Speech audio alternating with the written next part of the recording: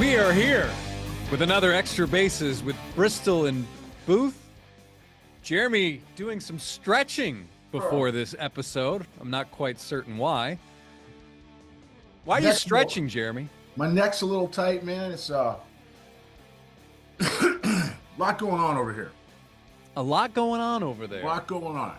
And excited about some prospects. Learned some new terms this week, some new terminology.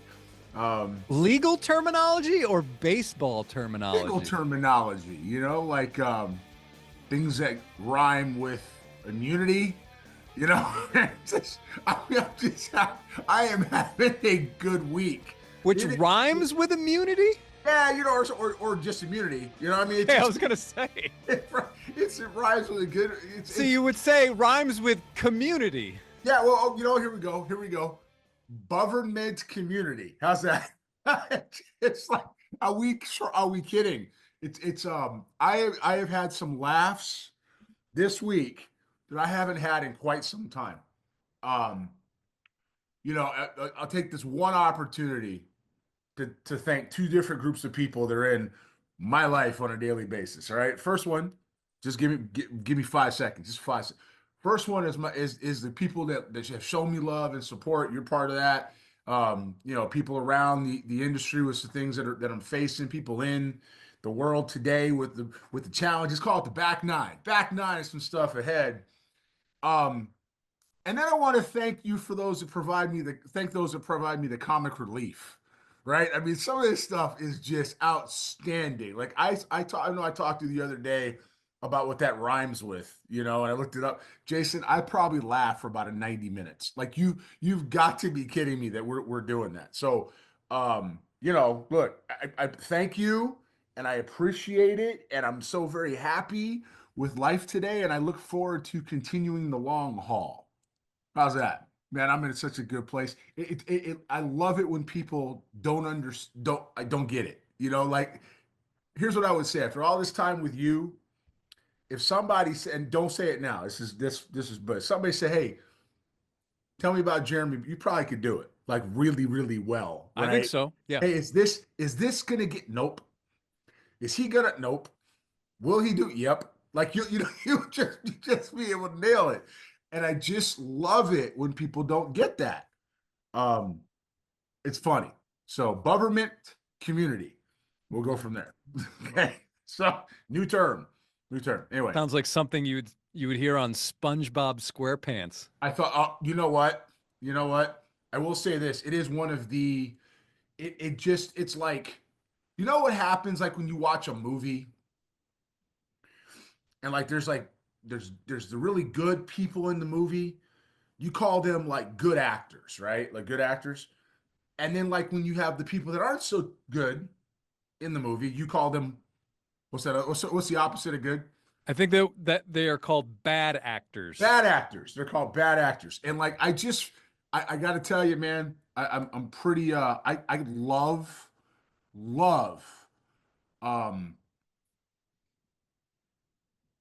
I love that part of life. Is like identify. You know, it's just one thing I will say. I told you, if those of you guys don't know, obviously baseball has been something I've done my entire life, and I want to thank. I continue to thank everybody with the support they've shown across the board for the series and for us and what we've done. You know, it's a pretty good time in my life with some undeserved and unnecessary pats on the back. But what I will say with that is, like, if I wasn't in baseball, man, I wanted to be an investigator. Like, remember I told you that? Like, I wanted to be an investigator. I wanted to be an FBI agent. Like, I thought about being a U.S. attorney. I love catching bad guys. Like, I love catching bad guys. I do.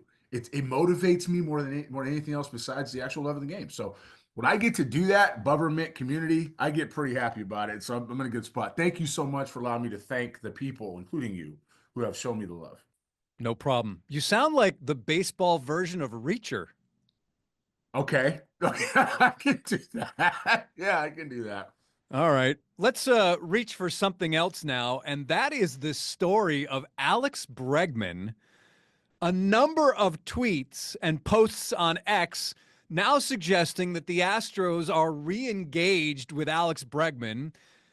And Bob Nightengale, legend in the business, posted that if the Astros could get something done with Bregman, they could possibly play Bregman at second, Isaac Paredes at third, and Jose Altuve in left. And sorry, I didn't get your reaction, your facial reaction. But I have it now. I asked some of the Astros at their latest caravan, Jeremy Pena, Spencer Arrighetti, about playing Jose Altuve in left. We'll get to that in a second. But what does this all tell you right now, Jeremy? What does this say to you about what's happening here? Well, before I answer you, I got to consult my magic 8 ball. Okay, just give me 1 second. All right, here's what I got. I got that the hand was overplayed on the Astros deal, that nobody loves him quite like this organization. We talked about, I don't know, maybe 3 weeks ago, maybe it was a month ago, that the Red Sox had a disagreement publicly about it. It got leaked out into the public about what they were doing, maybe around winter meetings time. And we talked about the Yankees were out. We talked about the Mets were out. We talked about, and this is, again, these things are fluid, but we know the Yankees are out. Mets are always somebody in the back of your mind you got to watch out for. We've heard about him with Toronto. I don't know that necessarily fits, especially with them signing Santander. That's who they signed, right? With Santander. And so I don't. Or Santander. Or on Santander. That's right. The Cubs have obviously taken. There's the market for him. The Tigers. The market for him has changed by the day with the money he's looking for. The Tigers, I've been able to confirm through my sources, made a very, very large offer. He turned it down. The Red Sox. Again, we just discussed. So the market kind of dwindles at that level where he wants to do that. The Dodgers certainly aren't doing it. The Rangers certainly aren't doing it. The Padres certainly aren't doing it. So all the big spenders, as you go down the list, the Giants didn't do it. They're not in play. They're just not in play, right? And so it becomes down to, well, who loves you more, man? You want to go to DC? Probably not a fit. You want to go to Anaheim? That's definitely not a fit. So we got Houston, and then we come back to Houston. And so the Astros are probably going to do something with him that allows them to eat up some of the money that's coming off the books next year, right? That's what I would think. I'd say, hey, man, well, look, you've already spent for this year. We'll give you your money over the next, 4 years or 5 years. We'll still do the deal that we said, but it's going to be backloaded past this year into where, Abreu and Montero and some of the other dead money comes off the books. Either way, it's not a surprise. Good for the Astros for doing the way they did it. Good for Alex for coming to his senses, if that's what it is, that he's going to be here. Playing left field for Altuve is a topic all to itself, but look, he fits here. He definitely, that extra bat in the lineup fills some holes. There's no question about it. All right, so now let's hear what some of the Astros had to say, specifically two of them. Jeremy Pena, Spencer Arrighetti. Here's how they reacted when I asked them about the ex-post and Jose Altuve moving to left. No, I can't imagine Jose not at second, but it would be crazy, I've seen there's been weird things that have happened, Anything could happen. But no, I can't imagine Jose not at second. Who said that? Bob Nightengale. Bob Nightengale, Jose in left field. I can't see it, but, if that's something he's open to and he wants to do, then it's opportunity. I know he's going to try to show up every single day, and it doesn't matter where they put him. He's going to try to do his best for the team. All right, there you have it. Now, Patrick Creighton from Sports Radio 610 here locally says that he's talked to or communicated with Bob Nightengale, and Nightengale says that, or told him, that's what Creighton is posting, that it was Jose Altuve's idea to move to left to accommodate Alex Bregman if there is a need to accommodate Alex Bregman. My question is, why didn't Bob Nightengale say that himself? Yeah, that's a good question. And I'm not doubting Patrick at all. I like Pat. I think he's a good dude, and he does his work. And matter of fact, he's one of my favorite guys in the landscape. But I will tell you, I will tell you that the fact that he would say he got it from Bob, and Bob doesn't say it himself, to say, "Yep," there's something that doesn't necessarily mesh there. Whether Bob told, Well, I just don't understand why Bob didn't, unless I just don't know why Bob phrased it the way he did. But maybe it was a lack of characters. Maybe that's it. Maybe because he had a limited number of characters to work with on X. well, look, again, Pat's a good guy, and so I'm certain Bob told him that. What I will say is, I don't see that. I don't see it. I don't know why you would move, Hosey off second base unless he doesn't want to do it, play there anymore. Bregman comes back in. You got to figure he can slide to second or stay at third because he's a Gold Glove winner. Um, Paredes to me is the guy to move. This guy plays third base and first base. He goes to left field. That's corner spot. So you're not going to move Jose Altuve, who is a Hall of Famer at that position, to accommodate a guy who's not a Hall of Famer to stay on the dirt, right? Paredes can go play left field, and they'll figure it out after that. Left field in Minute Maid Park. I'm sorry, what's it called again? Daishan, Savannah Bananas hometown. Left field at Daikin Park. Um, uh, is not a tough one to play. No, it's a completely. Yeah. It is a whole different story than most left fields in baseball. That's right. So I mean, it's not that tough to play. It's not that deep. You have another defender behind you.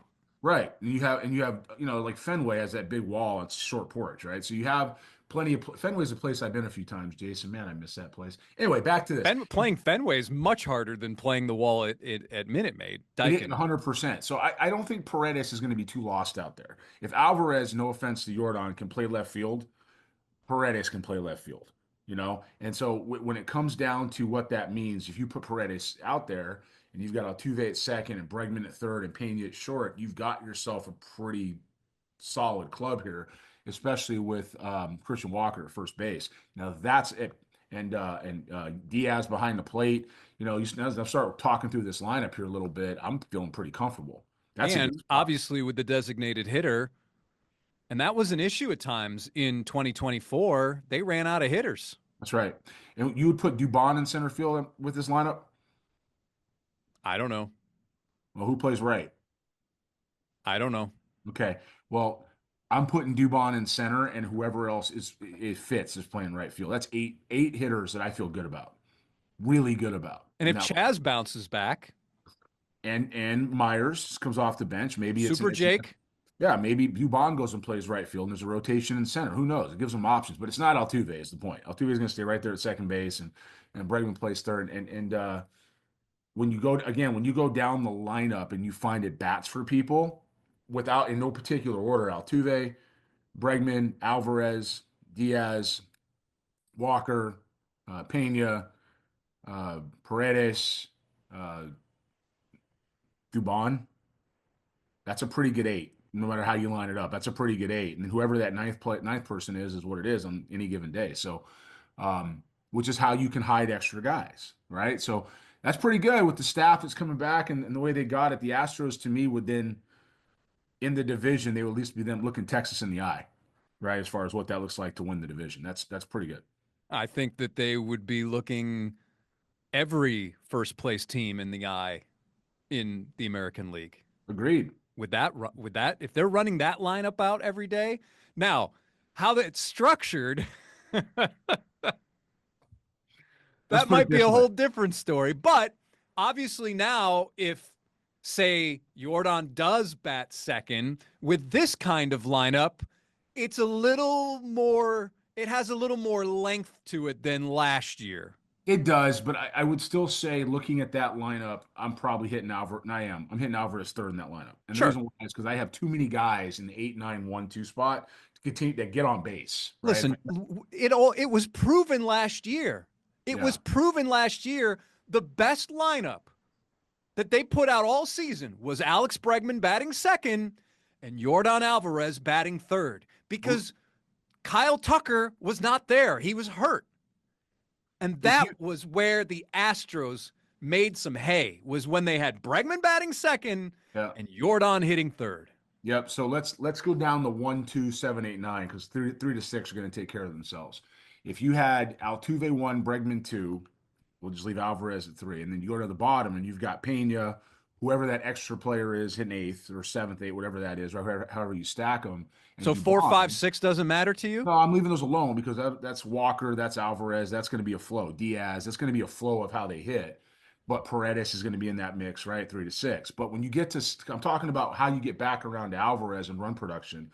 If you really figure out that Pena starts you at 7, for argument's sake, for today, okay, and whoever else, McCormick, Myers, whoever else is in there at 8, and then you've got Dubon down there somewhere at 8 or 9, you go back around to Bregman and Altuve, you've got 5 legitimate guys at the bottom of the lineup before you get back around to your run producers, right? There's a lot of lineups in the game that can't say that. They really are. And so putting that, having Bregman back in that lineup in the 2 spot lengthens the lineup, like you're saying, and allows Dubon and Pena to hit in the bottom third, which really helps for on base percentage and run production. Certainly it is Daikin, right? Daikin Park. I think having all of these bodies, should Bregman resign, it will work itself out. It always does. It always does. Look at the teams like the Yankees of the past who've compiled talent. The Dodgers from this past season.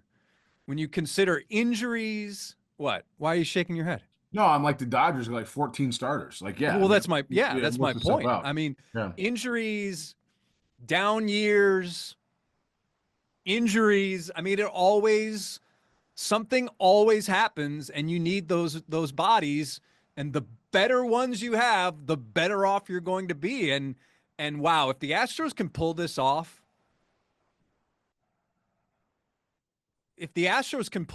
what a coup that would be.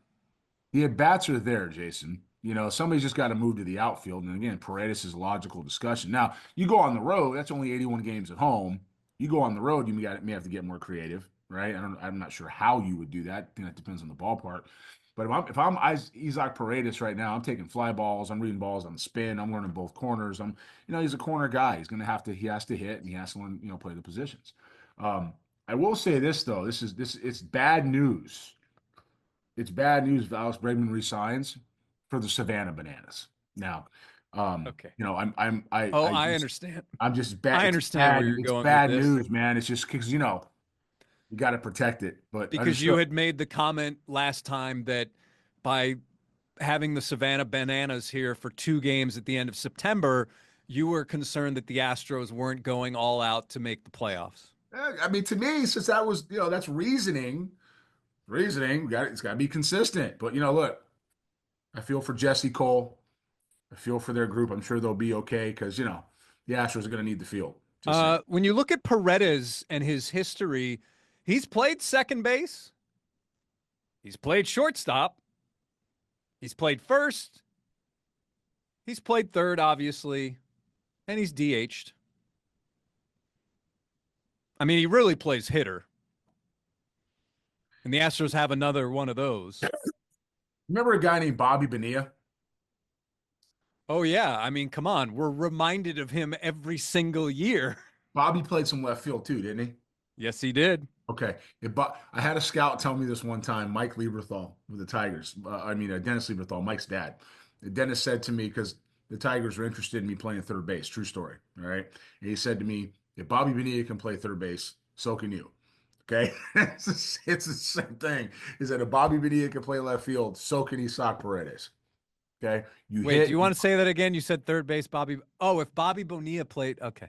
If Bobby Bonilla played any position on the field, you can play it. That's the point, right? Because Bobby was a hitter. He was a good hitter, really good hitter, but he wasn't a defender. So I'm sure Paredes can figure it out. It's interesting. Bobby Bonilla played some right field as well. Thank you for making my point. Paredes, get an outfielder's glove, buddy. I don't know enough about Paredes and his arm and everything else.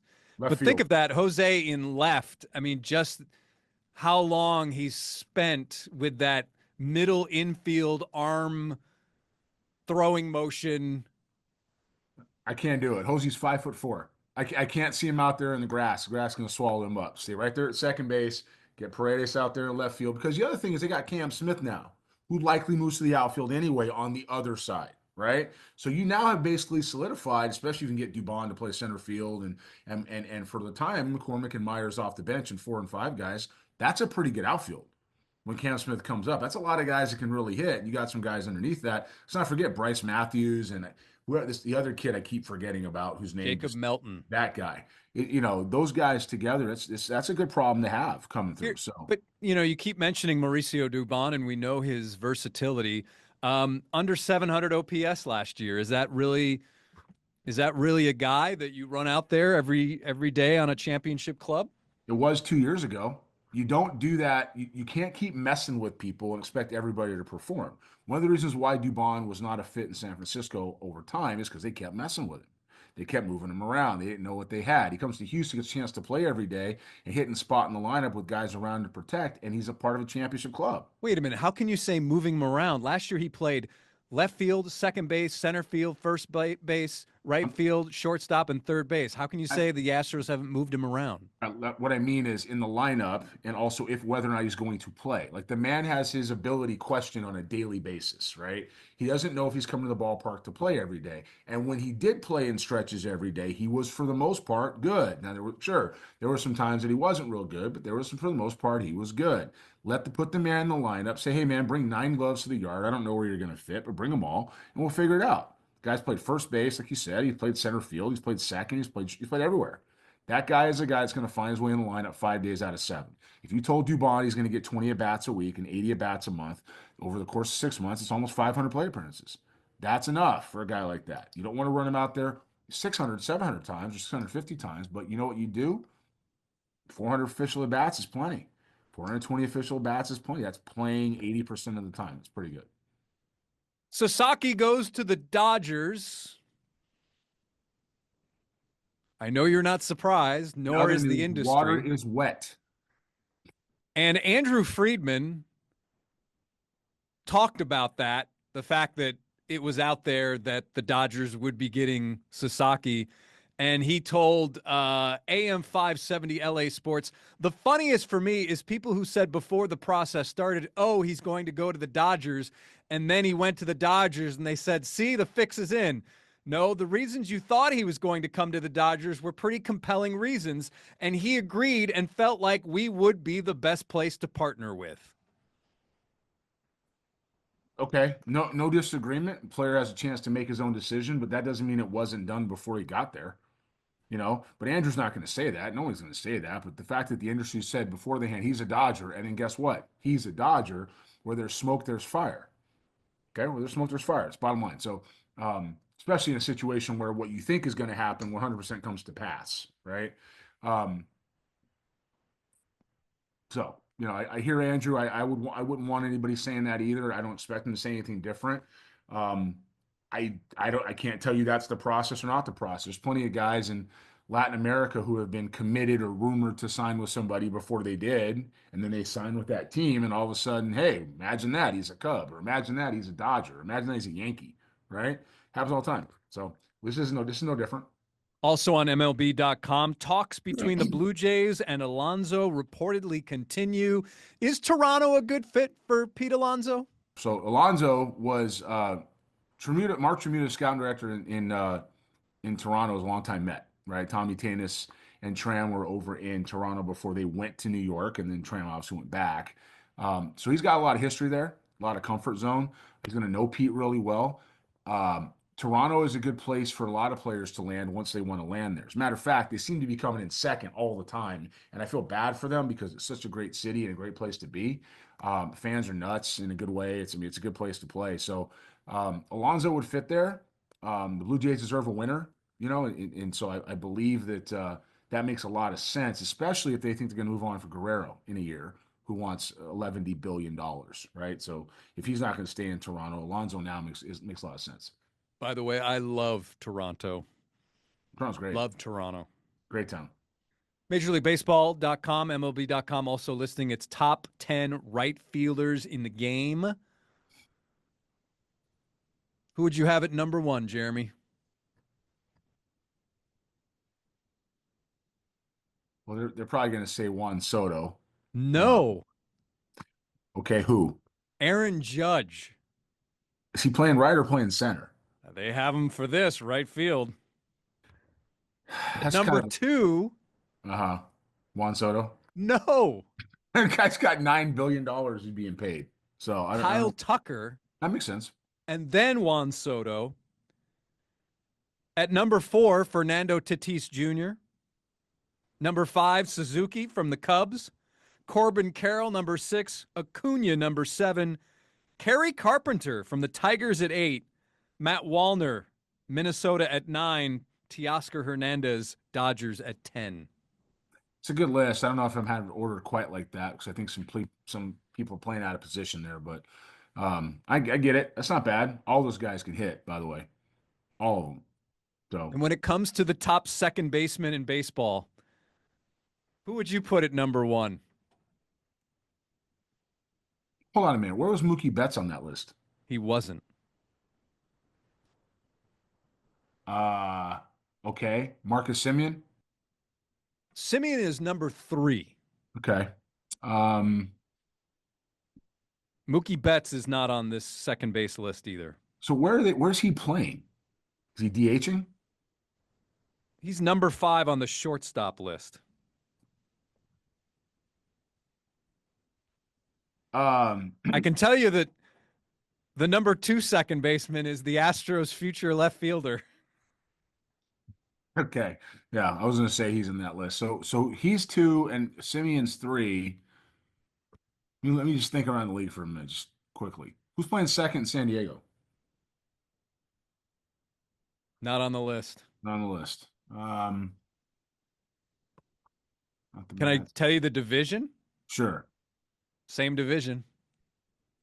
NL West? Mm-hmm. Max Muncy? Marte, Diamondbacks. Oh, okay. Wait, Kettle Marte? Yeah. We had him in Seattle.